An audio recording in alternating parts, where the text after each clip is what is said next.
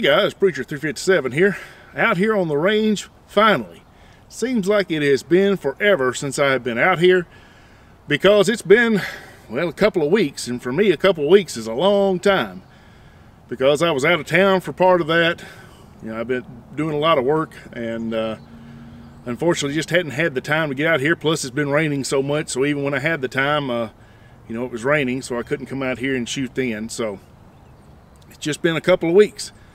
But while I was away from the range, I did get up to the Smoky Mountains, and there's a great store up there. Of course, there's Bud's gun shop up there in Sevierville, but they also have right pretty much next door a place called Smoky Mountain Knife Works, and it's also Smoky Mountain Guns and Ammo. In the basement they have the guns. And while I was there, I found a gun that I talked about in the last video about that Rossi Plinker, and that's the new Rossi 357s that have come out, the RM66. And I ran across one of those, so I had to pick it up just to get it out here and test it out and do a little bit of shooting with it. I'd wanted a Rossi Revolver in 357 for a long time and just never pulled the trigger on it. Pun intended, I guess. You know, it was one of those things where I wanted one, but there was always something else I wanted more, and so I just never ended up picking one up, and then they discontinued them. We actually had a gun shop in Jackson that carried them all the time, Parkway Gun and Pawn, and unfortunately they went out of business. A place I like to go and talk quite a bit and just hang out, but they've been shut down for 4 or 5 years now, I guess. And now Rossi has come back out with a 357 revolver. And to be perfectly honest, this looks a lot like the old Rossi 357 revolvers. It really does. The old 972 model. This one's called the RM66, but it looks almost identical to the old 972s. Except the 972s generally had a polished stainless, and the finish on this is like a brushed finish. It's almost like a bee-blasted finish. It's very smooth, non-reflective. So it's a little bit different finish, but other than that, it looks very much like the old Rossi. So why they called it an RM66 instead of just picking up the old 972 model number, I don't know, but that's what they did. But anyway, here it is. And I've held them before. You know, I've been around them before, but it'd been a while. And so the first thing I noticed when I got it in my hand is it feels small. It feels like a fairly small gun, even though it's got a 6-inch barrel here. This one does. And feels kind of, you know, front heavy, but not bad, because the gun's really not all that heavy. It's actually a fairly light gun. But obviously it's made by Taurus now. Taurus actually owns Rossi, the brand. And so this is a Taurus made gun, and it still kind of looks like a Taurus a little bit as well. But I've got my 856 out here to do a little bit of comparison. You can see some of the similarities. But like I said, this really looks like the old 972s. But it's a small revolver in the hand. I really think this would be a much better gun in a shorter barrel length. Now obviously long barrels are great for being out here on the range, but I think this would make an excellent revolver in 3 or 4 inch configuration. More so than like the target configuration like this one. But you know, nothing wrong with a 6-inch barrel either. But I've got it out here and I want to compare it a little bit to some other offerings. Obviously when you see a gun like this in 357, the first thing I think of when I see it is Smith & Wesson. Because even the Taurus, they look a lot like a Smith & Wesson. They're not a clone of the Smith & Wesson by any means, but they look a lot like the Smith & Wesson. They function more like a Smith & Wesson than they do a Ruger or a Colt. You know, the cylinder release is basically identical the way it works. They just feel more like a Smith & Wesson. So when I see this, the first thing I think of is a K-frame, like a Model 66. And I do have a Model 66 in a 4-inch configuration, so I want to do a little bit of comparison there. And here we have the Model 66 Smith & Wesson in the 4-inch compared to the Rossi. And there's a lot of similarities. Let me turn around where you can see the cylinder latches. They look a lot alike. There's a lot of similarity there between them. But I think you can see that the Rossi is smaller. It looks a little smaller despite having a longer barrel. And it is. I put the calipers on them, and when you look at the dimensions from the frame from here to the top, the Smith is a little bit bigger. When you look at the dimensions from the front to the back here, the Smith is a little bigger. However, when you look at the cylinders, I don't know if you can tell here on the camera from distance, but the Rossi is actually a slightly larger cylinder. So even though the overall frame size is slightly smaller, the cylinder is a little bit bigger. And so I think it's about 0.012. I think the Smith & Wesson, my calipers, I measured it at 1.448, and this one was 1.460. So you're looking at just a small amount of difference. But looking at the small differences here, I think, you know, if you were wanting a holster for the RM66, you could probably buy a K-frame Smith & Wesson leather holster, and I think it would probably work. I think they're close enough in size that that would work. I don't have one for a 6-inch barrel, so I haven't tested it out. But I think there is enough similarity there in size that they would probably work. Now here is my Taurus 856. And you can see here, styling-wise, it looks a lot like the Rossi. They look a lot alike. They both look like a Taurus in a lot of ways. The 856, I thought at first might be the same frame size even, because this felt so small, but they're not. The 856 is a smaller frame, obviously a smaller cylinder, because in order to shoot 357, I needed it to be a little beefier, because the 856 doesn't have a lot of meat in between the cylinders. So they had to beef that up and make the cylinder bigger on this. But like I said, it's pretty much identical to the old 972s, it looks like. Now, I don't have an old 972 to measure just to see if the dimensions are exactly the same, but that's what it looks like. And when we look at the grip frame, I'm not going to take it off here. I'll put a picture up for you. This is actually a square butt, or what Rossi called a square butt, which is, you know, what they had before as well, what the 972s were. But it's a square butt that has rounded edges, if that makes any sense. It's squared off, but it's rounded, so they're not sharp edges like you would get with a square butt Smith & Wesson, the old square butt Smith & Wessons. Also, just like the 972, it has the hammer with the firing pin on it. It does not have a frame-mounted firing pin. And because of that, unlike the Taurus, which you can see here has this big lip here for a transfer bar safety, this one does not have a transfer bar. This one has a hammer block like the Smith & Wesson. Even though the new Smith & Wessons don't have the firing pin on the hammer, they still have a hammer block safety in there. As you can see, it does not have the lip at the top like a transfer bar would require. So, and you know, the K-frame here, even though this is a 4-inch and this is a 6-inch, this feels heavier. I don't know the exact difference in the weights. I'll try to look that up and put it up on the screen for you. But I don't think there's any doubt this is still a lighter revolver than the K-frame. So anyway, one other thing I noticed here when I bought this is this one has the crush fit barrel just like the Smith & Wessons do, and it is just slightly off, just slightly what they call canted. I don't know if you can see it here. I'll put a picture up as well. It's not enough that's going to cause it to shoot off. It's not enough that it really bothers me, because I'm not really obsessive about some of those things. But for some people, that's going to be a deal breaker there. They can't stand those things. But it is slightly off. It's probably not enough out of spec that they would want to fix it. But just something to be mindful of if you're buying an RM66. Take a look at that. Because just like with the Smith & Wessons, you have to make sure you see that and that you're okay with the alignment of the barrel. So anyway, I don't know what else to say about it. I shot it just a little bit, put it on paper just to see where it was hitting, and it's shooting really well. So I've got a good feeling about this video that I'm gonna be able to do some good shooting out here and have some fun. Of course, I have fun whether I hit or not, but it's always more fun when you hit. So let's do a little bit of shooting. All right, let's load her up with some 38 Special first. These are some of my hand loads. That's pretty much all I ever have in 38 and 357. I don't ever buy factory ammo. It's hard to come by these days anyway. But I shoot a lot of 357, a lot of 38, because it's my favorite. That's my favorite chambering. Those are my two favorite cartridges. I shoot a ton of it, so I do reload it for the sake of saving money, because they are not cheap cartridges anymore. They used to be pretty cheap, but they're not anymore. So I got 38 special here loaded up, and I'm gonna start out shooting double action here on the red plates and see if I can get it.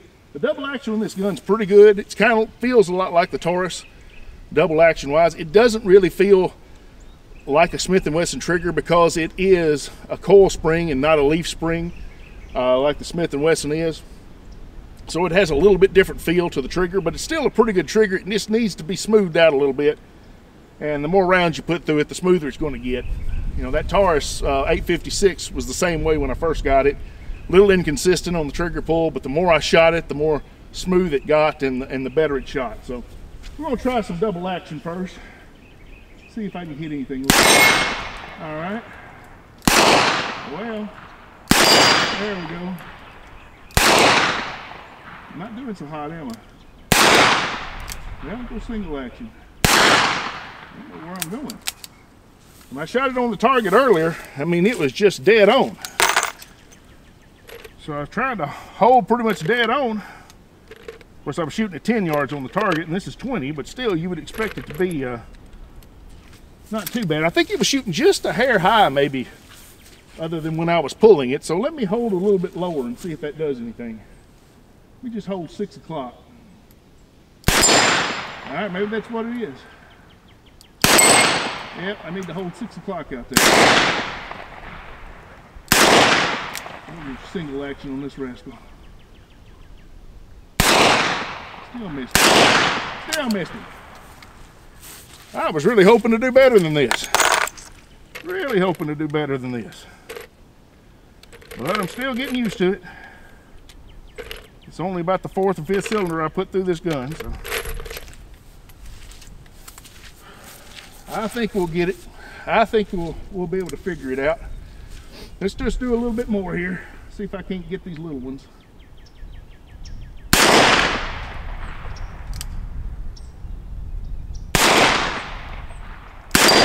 There we go.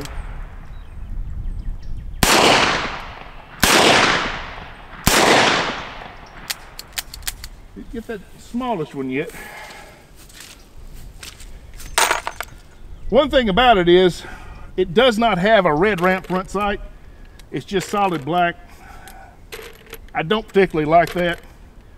More than likely, I'll be putting some sight paint on this to give me a little bit better sight picture, because I don't really care for all black front sights on these guns. It does have the white outline notch at the back, but I really would like to have a little bit of paint on the front to give me a little bit better sight picture. There we go. Had to go double action to get him.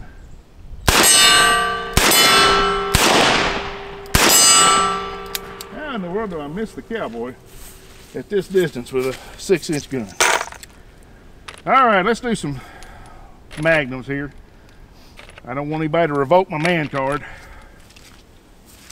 because even though this is a small gun, you know, when I shot the Magnums in it earlier, they were fine. It didn't hurt at all to shoot them. Let's go back to Mr. Cowboy here. Shoot him double action here. Yeah, there we go. Let's go here 35. I don't know where that one went. I think I'm going low, maybe. No, I'm going to one side. I can't see where they're going.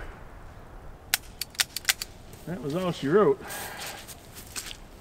I'm seeing the dirt fly up, but I can't tell where it's flying, if I'm going to the side or if I'm going low. If I was going high, I wouldn't see it right there. It would hit back there in the weeds a little bit further. Let me try this one at 35 again, see if I can get the range on it. Bring it up just a hair. No, we'll bring it over just a hair. There we go. All right, I see where I'm going now. Yep, had to take a hold to the left just a little bit. Shooting to the right just a hair at that distance. All right. Yeah, there we go. All right. Yeah, I'm enjoying this gun. I really am. It's shooting well. I don't know that I'm shooting well, but I think it's shooting well. The double action still needs to get a little bit smoother. There's been a few times there where it was a little inconsistent, where it would be heavy and then just suddenly turn. You know, you don't want that. You want it to be consistent all the way through. Let's go out here to 100 yards. Surely with a barrel this long, I can hit something at 100 yards. I can figure out where to hold.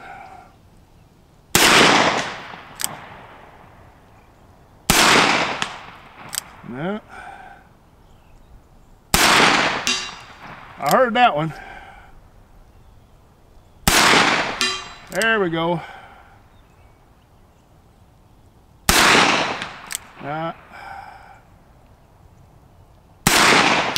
There we go. Having to shoot over to the left at that distance.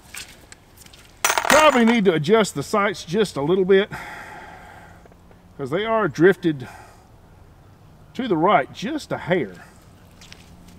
And that's probably why they just need to be moved over just a little bit to make it shoot right on. But I'll do that later. All right, let's try it with 357. I was having to hold a little high there too, because those 38s are not very hot at all. Of course, 38's not a hot round anyway, but those are light loaded rounds that I've loaded up there. 125 grain with some bullseye, and they're not traveling all that fast. All right, should be able to hold dead on, but I'm still going to have to hold to the left, I believe. If I can find the range. All right, I saw that one. Still a little low, I think. I think it was still low. There we go. There we go. Yeah, that one was a little to the left, to the right, I mean. That was all that was in that cylinder. Let's try this one at 80 yards. I'll try it with 357s. See if I can pop it. Yeah, I'm gonna have to adjust that sight over a little bit. Causing me a little bit of problem, but that's no big deal. That's what's good about adjustable sights. All right.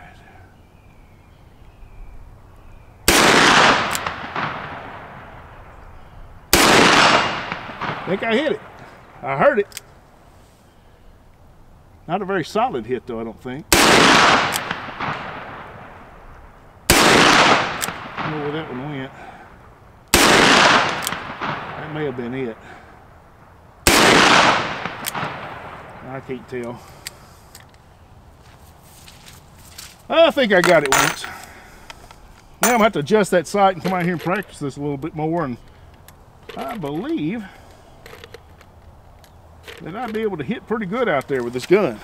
Fortunately, as I said, I hadn't had a chance really to get out here and work with it and get a little bit better with it before I did the video, because this is the first day I've had a chance in 2 weeks to actually get out here. So I wanted to go ahead and get this video up,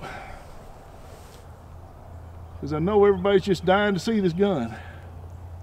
I know I have been. There we go. All right, let's just finish up over here. Mr. Cowboy here.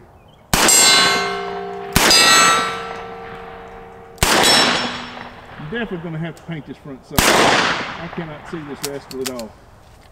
But I can't end on a miss. All right, can't end on a miss. I'm going to go one more time with the 357s. And just see what I can do here on the red plate. And I got to hit on the last round, obviously, but let's see what I can do here. Oh, yeah.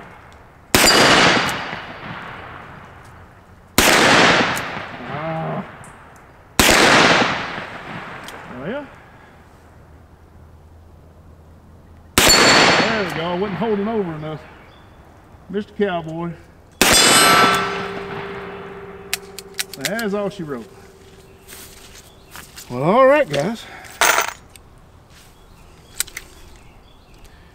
There it is, the RM66. One other thing you'll see here is that it appears to have, well, I don't know. I thought it was a key lock, but it may not be. Some of the Taurus have key locks on the hammer, but I don't think that's what that is. I think that's just where the firing pin's held in place. So I was about to say I thought that was a key lock on there, but I don't think it is. Usually the Taurus put them right here, so no key lock on this. So, you know, that's a deal breaker for some people with Smith & Wesson.